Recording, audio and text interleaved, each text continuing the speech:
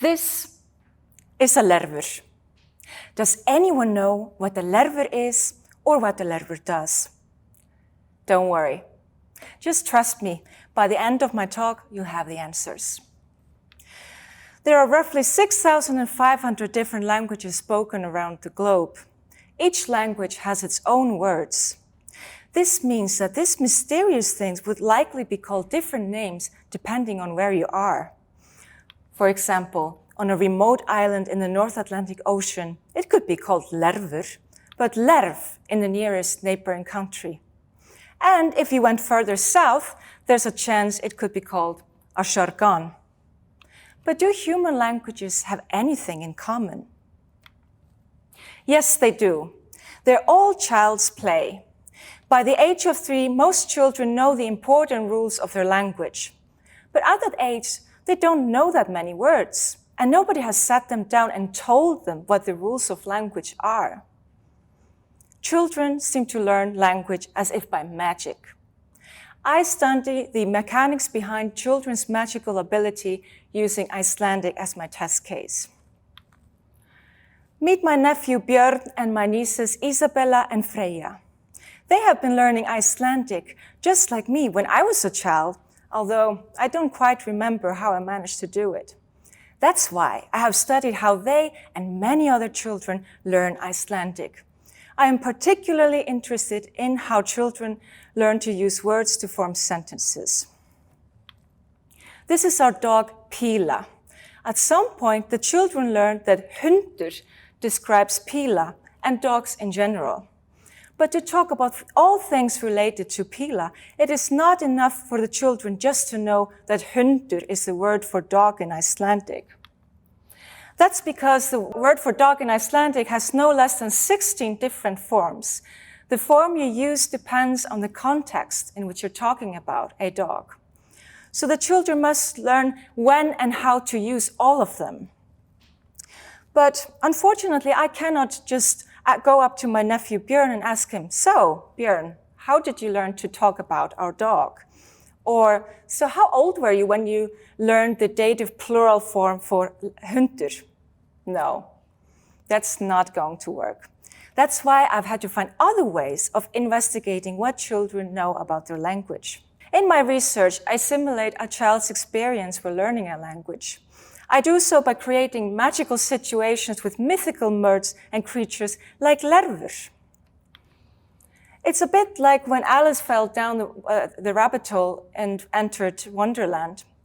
By exposing children to the unknown, we can learn how children generalize beyond experience. My adventures in Wonderland have shown that Icelandic children, as young as 2.5 years old, can create grammatically correct sentences with lerfur, even if they have no idea what a lerfur is or what a lerfur does. They're able to do so because they have a system which allows them to detect similarities between lerfur and hundur, both in the structure of the words and in the rules that govern their usage. Understanding how this system works can not only help children with difficulties learning language, but it may also help us understand how the human mind works differently from computers. So now you know what the lerfur is, and you also know what the lerfur does. Lerfur is one of my research assistants who helps me investigate how children learn language.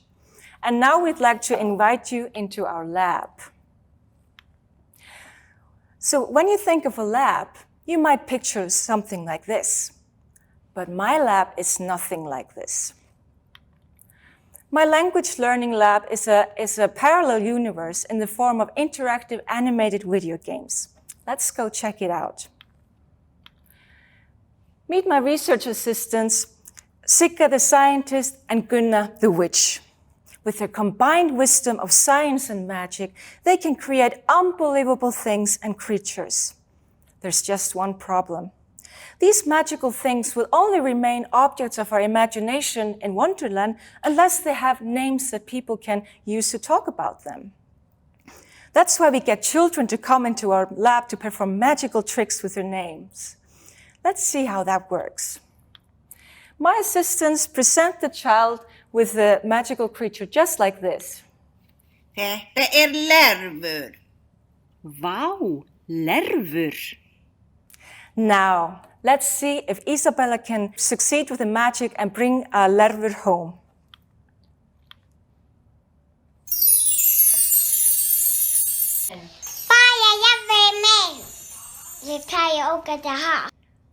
Hocus pocus, we have a lervur in the house. But why do we let children perform these magical tricks? We do so because the magical tricks show us how children use words they have never heard before. Our adventures in Wonderland have shown that children do not use new words at random. They make systematic choices of form to use when performing magical tricks with new words, just like the lervur. But what do they base their choices on? Children look for similarities amongst mythical creatures and their names. On the basis of these similarities, they discover a system that allows them to generalize beyond experience. Children are all ears. Even if they're unable to feed themselves, their brains are busy figuring out what the words they hear around them have in common. Now I want you to put yourselves in the child's shoes and try to find similarities among 3 pairs of familiar and strange creatures. Let's begin. Bukla, snudda, tukki, peli, lervur, hundur. So, how did that go? Was this difficult? In Icelandic and many other languages, the final sound of the word can be particularly useful for grouping them together.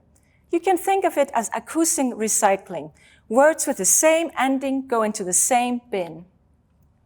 Children are active acoustic recyclers from birth. Icelandic is just one example of a system that has been maintained for centuries. All human languages need to be infinite and creative in order to adapt to our constantly changing reality. For that, we need a system that can generate endless new words and sentences. So, while my dear Isabella might not know the same things or words as her ancestors, they would likely use the same system to navigate Wonderland. Thanks for joining us in the Wonderland of Language.